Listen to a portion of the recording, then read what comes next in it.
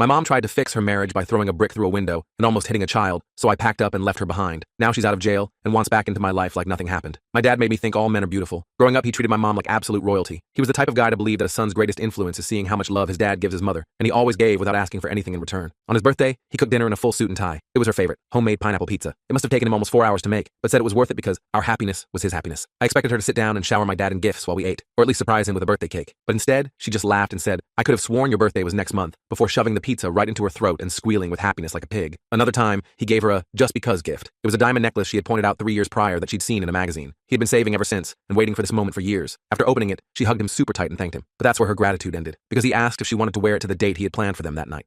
Tonight is actually my girls' night. We've been planning this all week. Sorry. He then proceeded to help her put the necklace on, before watching her pair it with the skimpiest dress known to mankind to throw it back with her ratchet friends at the club. As soon as the door closed, my heart shattered, because my stoic, nonchalant ex-Army general dad had a tear rolling down his face. He tried to wipe it away in time, but it was too late. I had already seen it. So even when he went to his bedroom and closed the door to signal that he wanted to be alone, I pried it open. "How long are you going to keep acting like this is okay?" I asked, voice shaking. His face went ghost white, and I knew he was embarrassed. "Dad, it's okay to show feelings sometimes. Get the F out." His voice was cold, unforgiving, but I knew it would be my only opportunity to finally talk some sense into him, so I stayed. He couldn't even lock eyes with me without fiddling his thumbs around the frayed seams of the blanket. "Son, your mother just struggles with voicing her appreciation, but trust me, I know she loves me just as much as I love her." This should have been enough, but it wasn't, because the entire time my dad's eyebrows were raised super high, something he only does when he's lying, and I knew I had to do something. So I hosted a dinner party. You see, there was this couple that lived near us who were the complete opposite of my parents. The husband would still woo his wife with her favorite snacks, jewelry, or makeup, but instead of just shutting all over him, his wife would surprise him by getting up early and mowing the lawn for him in the way that he likes. They spent every evening together, fishing and laughing like best friends. I knew they were the perfect people to show my dad exactly what was going on, so I invited them over on Thanksgiving. My dad was the one to open the door. The wife, Samantha, brought over homemade baked goods and ice cream, while the husband brought gifts for everyone. Very expensive-looking gifts at that. I knew my plan was working when this alone was enough to shake up my dad, and while we were all eating dinner, Samantha cuts a steak before serving it to him, while he gently wipes a crumb from her cheek without saying a word. Meanwhile, my dad looked over his shoulder to see my mom scrolling on Instagram with the volume all the way up, not even eating anything, because she already had a huge breakfast with her girls. That evening, after the couple cleaned up the entire dinner together, including the mopping and dishes, it happened. My dad finally hit my mom, with confrontation, of course. He started off by gifting her with a Thanksgiving gift of a huge bag of those expensive dry freeze candy, and when she responded with, "Okay, thanks," he responded with, "They were pretty expensive." My mom just stared at him blankly before saying, "Yep, I went through a lot of trouble to get them for you." By this point, my mom was taking her earrings out and actually getting angry. I deserve to be pampered. Don't you think I deserve a grateful wife? Or at least one who loves me back? This time, she was so taken aback she didn't even have a response. So he grabbed my hand, and we walked out the front door to drive to my granddad's. It was exhilarating TBH, and when he told my granddad what happened, we practically spent the rest of the evening celebrating, until it was cut short. Because that's when my dad got the call. It was my mom at the police station of all places. My dad put her on speaker so granddad and I could hear too. "I'm at the police station," she said, sounding weirdly proud of herself. "I went to teach Samuel and Samantha a lesson for ruining our marriage." My dad's face went pale. "What did you do?" "I showed them what happens when people mess with my family," she said. "Things got a little violent, but it's fine. I just need you to come bail me out so we can go home and talk about us." My dad looked at me, then at my granddad. His hands were shaking. "What exactly happened?" he asked her. "Just come get me," she snapped. "This is me showing you how much I love you. Isn't that what you wanted?" I hung up the phone immediately. My dad looked like he was about to throw up. We both just sat there for a second, trying to process what the hell just happened. The living room of my granddad's house suddenly felt too small, too warm. The ticking of the old grandfather clock in the corner seemed unnaturally loud. My granddad was the first one to break the silence. "You're not going to bail her out, are you?" he asked my dad, his weathered face creased with concern. My dad shook his head, running his hands through his graying hair. "I don't even know what she did yet." I grabbed my laptop from my backpack and started searching local news sites, my fingers trembling slightly as I typed. Nothing yet. Then I checked Facebook, and sure enough, there was already a post in our neighborhood group. Someone had posted about police cars at Samuel and Samantha's house. The comments were blowing up with speculation. Some neighbors were already connecting it to the arguments they'd heard between my mom and the couple last week. My dad called the police station directly, his voice steadier than I expected. I could only hear his side of the conversation, but it was enough. His face kept getting darker and darker as the officer explained what happened. The color drained from his cheeks, and his shoulders slumped forward. When he hung up, he looked 10 years older. "She threw a brick through their front window," he said quietly, staring at the phone in his hand. Samuel's teenage daughter was sitting right there doing homework. The glass missed her by inches. My stomach dropped like I was on a roller coaster. I'd met their daughter Emma a few times. She was this quiet, sweet kid who played violin and always had a book tucked under her arm. She'd helped me with my algebra last summer when I was struggling. The thought of her almost getting hurt made me feel sick. "Jesus Christ," my granddad muttered, shaking his head slowly. "That woman has finally lost it." My dad nodded slowly, his eyes fixed on some distant point. "They arrested her for property damage and reckless endangerment. The officer said she kept yelling about how they ruined her marriage and turned her husband against her." The phone rang again, its shrill tone making us all jump. It was my mom. My dad hesitated before answering and putting it on speaker again. His hand was visibly shaking now. "Are you coming to get me or what?" she demanded, her voice echoing through the quiet room. "No," my dad said firmly. "I'm not." There was a pause on the other end. I could almost picture my mom's face contorting with anger. "What do you mean no? I did this for you, to show you how much I care about our marriage. You almost hurt a child," my dad said. His voice was shaking with anger. "You think that proves you love me?" "Oh please, I knew what I was doing. The brick wasn't going to hit anyone. I just wanted to scare them for sticking their noses in our business." She actually sounded proud of herself, like she expected praise. "This is me fighting for us. Isn't that what you wanted?" My dad looked at me, his eyes wide with disbelief. I could see the realization dawning on him. The woman he married wasn't who he thought she was. I wanted a partner who appreciated me, not someone who commits crimes against innocent people. "Fine," she snapped. "I'll call Joyce to bail me out, but don't think I'll forget this betrayal." She hung up. My dad put his head in his hands. I'd never seen him look so defeated, not even when his own father died 3 years ago. His shoulders shook slightly, though he made no sound. "You can both stay here tonight," my granddad said, patting my dad's shoulder with his gnarled hand. "We'll figure this out in the morning." I barely slept that night in the unfamiliar guest bed. The sheets smelled like lavender detergent, so different from home. I kept thinking about Emma, about how scared she must have been. The sound of shattering glass, the brick flying through the air, the shards exploding across her homework. Around 3 a.m., I heard my dad on the phone in the guest room across the hall. He was talking to Samuel, apologizing over and over, his voice cracking with emotion. I couldn't hear Samuel's responses, but the conversation went on for almost an hour. The next morning, my dad looked exhausted but somehow more determined than I'd seen him in years. His eyes were red-rimmed but clear. He told me over Granddad's homemade pancakes that Samuel and Samantha were getting a security system installed and that Emma was staying with her grandparents for a few days. They weren't pressing additional charges, but they were understandably shaken up. "We need to go home and pack some things," my dad said, pushing his half-eaten breakfast away. "We're not staying there anymore." When we got back to our house, my mom wasn't there. The place felt different somehow, colder, emptier, even though nothing had physically changed. According to her Instagram, which she was still actively posting on, Joyce had bailed her out that morning. There were already posts about how her ungrateful husband had abandoned her in her time of need and how she was just defending her marriage. Her followers were commenting with heart emojis and supportive messages. We quickly packed up some clothes and essentials. I grabbed my laptop and school stuff, and my dad took some important documents from his office. I noticed he also took the small wooden box where he kept his wedding ring when he wasn't wearing it. As we were loading the car, Joyce pulled up with my mom in the passenger seat. Joyce's red Mustang screeched to a halt in our driveway, and my heart started pounding. My mom got out, looking like she expected a warm welcome. Her makeup was perfect, her hair freshly styled. She must have gone straight to Joyce's to get ready after being released. When she saw us packing the car, her face twisted with anger, the carefully applied smile vanishing instantly. "Where do you think you're going?" she demanded, striding toward us in her high heels. "We're staying at my dad's for a while," my dad said calmly, though I could see the tension in his jaw. "I think we all need some space." "Space? After what I did for you?" She was practically screaming now, her voice carrying across the quiet suburban street. "I fought for our marriage. You committed a crime," my dad said. "You could have hurt a child." "Oh, stop being so dramatic." She rolled her eyes, waving her hand dismissively. "Nothing happened to that brat." I felt a surge of anger burning through my chest. "Her name is Emma, and she's not a brat. She's a nice kid who was just doing her homework when you decided to throw a brick through her window." My mom looked at me like I'd betrayed her, her eyes narrowing to slits. "So you're taking their side too, after everything I've done for you?" I couldn't even respond to that. What had she done for me exactly? I couldn't remember the last time she'd shown up to one of my games or helped me with homework or even asked about my day. All I could remember was her constant criticism, her focus on her own needs, her Instagram posts where I was just a prop for her perfect family image. My dad finished loading the car and handed me the keys, the metal cool against my sweaty palm. "Go wait in the car, son." I didn't argue. As I walked away, I heard my mom's voice rising again, making threats about how she'd make them pay and show everyone what happens when you mess with her family. It was like listening to a stranger. Had she always been this way, and I just hadn't noticed? Or had something in her snapped? I slid into the passenger seat, my hands shaking as I buckled my seatbelt. We stayed at my granddad's for the next few days. His house smelled of pipe tobacco and old books, comforting in its unfamiliarity. My dad contacted a lawyer, who advised him to get a restraining order not just for us, but for Samuel's family too. The lawyer, a stern-looking woman with kind eyes, said my mom's behavior showed clear signs of escalation, and we needed to protect ourselves legally. My dad was hesitant at first. Despite everything, he still had trouble accepting that the woman he'd loved for so many years could be dangerous. But when Samuel called to tell us that my mom had been driving by their house repeatedly, slowing down to stare at their windows, he finally agreed. I overheard him on the phone, his voice growing more concerned as Samuel described my mom's silver SUV cruising past their house at midnight. The hearing for the restraining order was scheduled for the following Monday. In the meantime, my mom's social media campaign against us was getting worse. She was posting old family photos with captions about how her husband and son had abandoned her. Her friends, especially Joyce, were commenting with support, calling my dad all kinds of names. Some of the comments were so vicious they made me feel physically ill. The worst part was that some people were actually buying it. Neighbors who'd known us for years were sending my dad messages, asking why he was being so harsh on my mom. They had no idea what had really happened, and my mom was spinning it to make herself look like the victim. My dad didn't respond to any of them, but I could see how much it hurt him. Monday came, and we went to the courthouse. I was nervous as hell. I'd never been to court before, and the whole thing felt surreal, like I was watching someone else's life fall apart, not my own. The courthouse was imposing, all marble floors and high ceilings that made every footstep echo. My mom showed up with Joyce and another friend. She was dressed conservatively in a navy blue dress with a cardigan, looking nothing like the woman who usually wore revealing clothes to go clubbing. Her hair was pulled back in a modest bun, and her makeup was subtle. She'd clearly put thought into her appearance for the judge. When it was my dad's turn to speak, he calmly explained everything. The brick incident, the stalking behavior, the threats. His voice only wavered once, when he described how close the glass had come to Emma's face. He showed the judge screenshots of some of my mom's more concerning social media posts, including one where she'd written, "Some people deserve what's coming to them," with a photo of our house and Samuel's in the background. Then Samuel testified about finding the brick in his living room, about how his daughter was having nightmares, about the car that kept driving by their house at odd hours. Samantha described how they'd had to install security cameras and were afraid to let their daughter walk to school alone now. Emma wasn't there, thankfully, but her absence spoke volumes. When it was my mom's turn, she put on a performance worthy of an Oscar. Tears, trembling voice, the works. She dabbed at her eyes with a tissue as she claimed she'd been provoked and that Samuel and Samantha had deliberately tried to destroy her marriage. She said she felt threatened by them and was just protecting her family. But the judge wasn't buying it. His eyes remained cool and assessing as he listened to her story. He granted the restraining order immediately. My mom wasn't allowed to come within 500 feet of any of us. Me, my dad, Samuel, Samantha, or Emma. She also couldn't contact us by phone,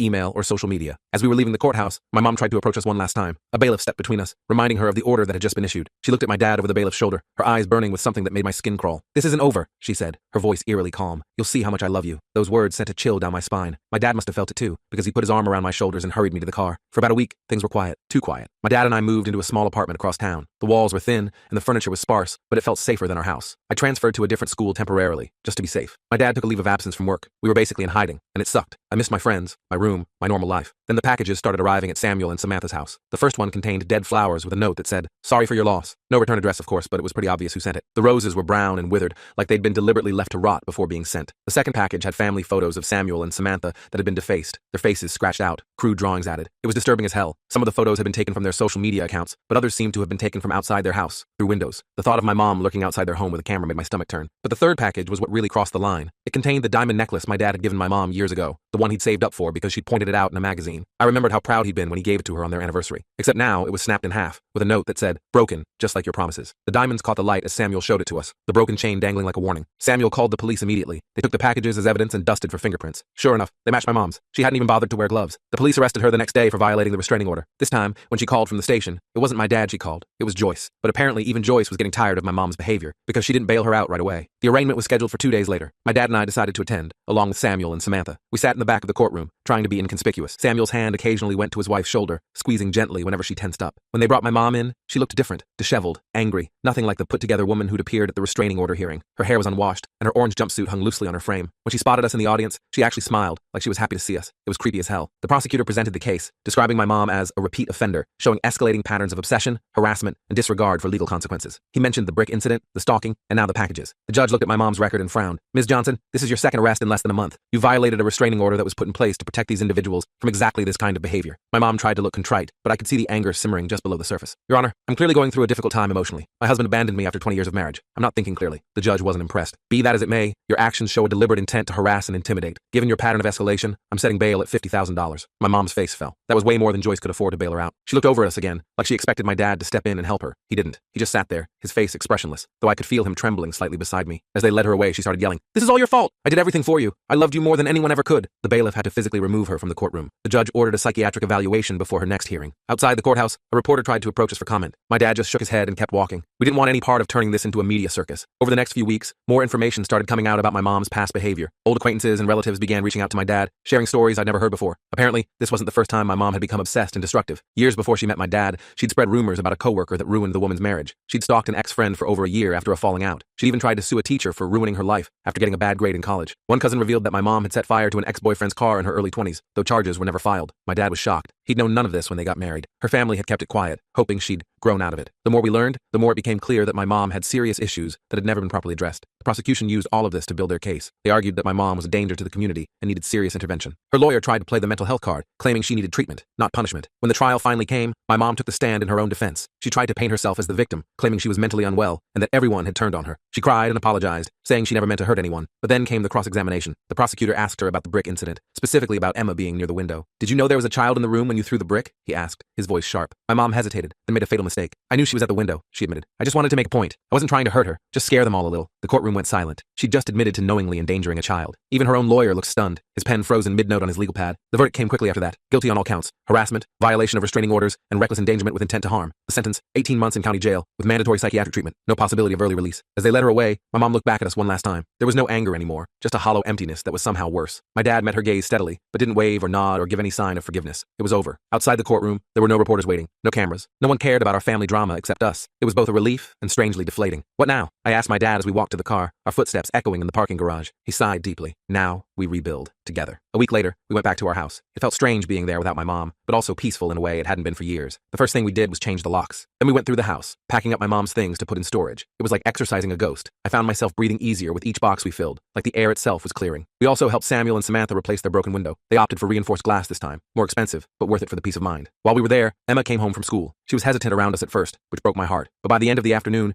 she was showing me her violin and asking if I wanted to hear her play. I sat on their couch, listening to her practice a Bach piece, and felt something inside me begin to heal. That evening, my dad and I ordered a pineapple pizza. Not because it was my mom's favorite, but because we realized we both actually liked it all along. We sat in comfortable silence, eating and occasionally commenting on the TV show we were half watching. "I'm sorry you had to go through all this," my dad said suddenly. "I should have seen the signs earlier." I shook my head. We both missed them. Or maybe we saw them but didn't want to admit what they meant. He nodded slowly. "I always thought loving someone meant accepting them exactly as they are, but I think I confused acceptance with enabling." "You deserved better," I told him. We both did. He reached over and squeezed my shoulder. "We've got better now. It's just you and me, kid, and that's enough." As we sat there eating our pizza, pizza, with no Instagram volume blaring in the background, no slammed doors, no walking on eggshells, I realized something important. Sometimes the family you're born with isn't the family you end up with. Sometimes you have to build something new from the ashes of what burned down, and sometimes that new thing is stronger than what came before. My dad's phone buzzed with a text. It was from Samuel, inviting us to go fishing that weekend. My dad looked at me questioningly. Sounds fun, I said, and I meant it. For the first time in months, maybe years, I felt like we were going to be okay. Not perfect, not immediately, but eventually. We had a long road ahead of us, but at least now we were walking it together, in the right direction. We ended up going fishing with Samuel that weekend. I'd never been fishing before, but it turned out to be pretty chill. Just sitting there with a line in the water, not really talking much, just existing together. Samuel brought these awesome ham sandwiches his wife made, and my dad brought some sodas. Emma came too, bringing her homework to do on the dock while we fished. I noticed she still jumped at sudden noises, but she seemed more relaxed around us now. First catch gets to pick dinner, Samuel announced, casting his line with practiced ease. My dad laughed, a real laugh that reached his eyes. I hadn't heard that sound in forever. You're on. I didn't catch anything that day, but I didn't really care. Watching my dad gradually relax, his shoulders finally dropping from around his ears, was worth more than any fish. Life started settling into a new normal after that. We got into a routine at home. I'd handle breakfast while Dad did dinner. We split the chores without even having to discuss it. The house felt lighter somehow, like we could both breathe easier. School was weird at first. Everyone had heard rumors about what happened with my mom. Some kids avoided me like I was contagious, while others suddenly wanted to be my friend out of morbid curiosity. I just kept my head down and focused on my grades. My English teacher, Mrs. Patel, pulled me aside one day and told me if I ever needed someone to talk to, her door was always open. I didn't take her up on it then, but it was nice knowing the option was there. About a month after the trial, we got a letter from my mom. The prison counselor had apparently encouraged her to write to us as part of her therapy. Dad stared at the envelope for a long time before opening it. I stood in the doorway, watching his face as he read. His expression didn't change much, but I saw his jaw tighten. What does it say? I finally asked. He handed me the letter without a word. It was 3 pages of her explaining how everything was everyone else's fault but hers, how we had betrayed her, how Samuel and Samantha had manipulated us against her. Not a single genuine apology in the whole thing, just blame and self-pity. She ended it by saying she expected us to be waiting for her when she got out, so we could be a family again. Dad took the letter back when I finished reading and tore it into tiny pieces. We didn't respond. 2 weeks later, another letter arrived. This one was different. It was shorter, just 1 page, and the handwriting was shakier. She wrote that her psychiatrist had adjusted her medication, and she was starting to see things differently. She apologized for the previous letter and said she was beginning to understand that her actions had consequences. She didn't ask for forgiveness, just acknowledged the pain she'd caused. Dad read this one twice before carefully folding it and putting it in his desk drawer. He didn't tear it up, but he didn't reply either. The letters kept coming, about 1 a month. Each one showed a little more self-awareness than the last. Dad never responded, but he kept them all in that drawer. I think he was waiting to see if the changes were real or just another manipulation. Meanwhile, life went on. I joined the school's debate team and discovered I was actually pretty good at it. Dad started dating again. Nothing serious, just coffee with a woman from his office named Patricia. She came over for dinner once. She had a loud laugh and brought homemade cookies that were actually really good. I liked her, but I could tell Dad was taking things super slow. Trust issues, obviously. Samuel and Samantha became regular fixtures in our lives. We'd have dinner at their place every couple of weeks, and they'd come to ours other times. Emma and I developed this weird sibling-like relationship. She'd help me with math, I'd help her with history. Sometimes we'd just hang out and play video games or watch movies. Her parents seemed happy that she had someone to talk to who understood what she'd been through. About 6 months after my mom went to jail, we got a call from her lawyer. She wanted to see us. Dad immediately tensed up, his knuckles going white around his coffee mug. You don't have to go, I told him. Neither of us does. He nodded slowly. I know, but I think I need to, for closure, if nothing else. I decided to go too. Not because I missed her or wanted reconciliation, but because I needed to see for myself if she'd really changed, or if it was just another act. The county jail was depressing as hell. Gray walls, fluorescent lighting that made everyone look sick, the smell of industrial cleaner barely covering up the underlying stench of too many bodies in too small a space. We had to go through metal detectors and get patted down before they led us to the visitation area. My mom was already waiting when we arrived. She looked smaller somehow, her prison uniform hanging loose on her frame. Her hair was pulled back in a simple ponytail, no makeup. When she saw us, she didn't immediately rush over or make a scene. She just sat there, her hands folded on the table in front of her. Dad sat down across from her. I took the seat next to him, keeping my distance. For a long moment, nobody spoke. Thank you for coming, she finally said. Her voice was quieter than I remembered, less dramatic. Dad nodded but didn't say anything. I could feel the tension radiating off him. I've been doing a lot of work with my psychiatrist, she continued. I've been diagnosed with borderline personality disorder and narcissistic tendencies. It doesn't excuse what I did, but it helps explain some of it. Why did you want to see us? Dad asked, his voice carefully neutral. She looked down at her hands. I wanted to apologize in person. The letters didn't seem enough. She took a deep breath. I'm sorry for how I treated both of you, for taking without giving back, for the violence and the manipulation, for not being the wife and mother you deserved. I studied her face, looking for signs that this was just another performance, but there was something different about her eyes. They seemed clearer somehow, more present. I don't expect forgiveness, she continued. I just wanted you to know that I understand now what I did wrong, and I'm working on it. Dad was quiet for a long time. When he finally spoke, his voice was steady. I appreciate that, but words are easy. Actions are what matter. She nodded. I know. That's why I'm not asking to come back when I get out. I know that bridge is burned. I just wanted to give you both some peace, if I could. We talked for about 20 minutes more. Nothing dramatic, just updates on my school and Dad's work. It was strangely civil, like talking to a distant relative rather than my mom. When our time was up, she didn't try to hug us or make us promise to visit again. She just thanked us for coming and said goodbye. In the car on the way home, Dad was quiet, his eyes fixed on the road. You okay? I asked. He nodded slowly. I think so. It's just strange seeing her like that. Part of me wants to believe she's changed, but another part is waiting for the other shoe to drop. Yeah, I agreed. Same. We didn't visit again after that, but the letters continued to arrive. Each one was respectful of our boundaries, never pushing for reconciliation investigation, just keeping us updated on her progress. Dad still kept them all in his drawer. Life continued to move forward. I got my driver's license and Dad bought me this hit-up old Honda that I absolutely loved. Samuel taught me how to change the oil and rotate the tires. Emma got first chair in her school orchestra and invited us to her concert. Dad and Patricia were still seeing each other, taking things day by day. About a year into my mom's sentence, we got a call from the prison. There had been an incident. My mom had intervened when another inmate was being attacked and gotten stabbed in the process. She was in the prison hospital, stable but injured. Dad and I went to see her right away. She looked pale against the white hospital sheets, a bandage visible under her hospital gown. When she saw us, her eyes widened in surprise. "You came," she said softly. "Of course we came," Dad replied, his voice gruff with emotion. "You're hurt," she smiled weakly. "The other woman was getting struck pretty badly. I couldn't just stand there." The guard who was stationed by her bed nodded in confirmation. "She probably saved that other inmate's life. Took a shiv to the ribs for her trouble." We stayed for about an hour. The conversation was easier this time, less forced. When we were leaving, my mom reached out and briefly touched Dad's hand. "Thank you for coming. It means a lot." He nodded, his expression softening slightly. "Take care of yourself, Karen." It was the first time he'd used her name since the trial. After that visit, something shifted. We didn't suddenly forgive and forget everything, but there was a tentative bridge being built. Dad started occasionally responding to her letters. Brief notes, nothing emotional, but responses nonetheless. I sent her a copy of my school photo and a short update about debate team. Small steps. When my mom was released 6 months early for good behavior, we didn't go pick her up. That would have been too much, too soon. But Dad did help her find an apartment on the other side of town and a job at his friend Kenneth's accounting firm. Kenneth knew the whole story,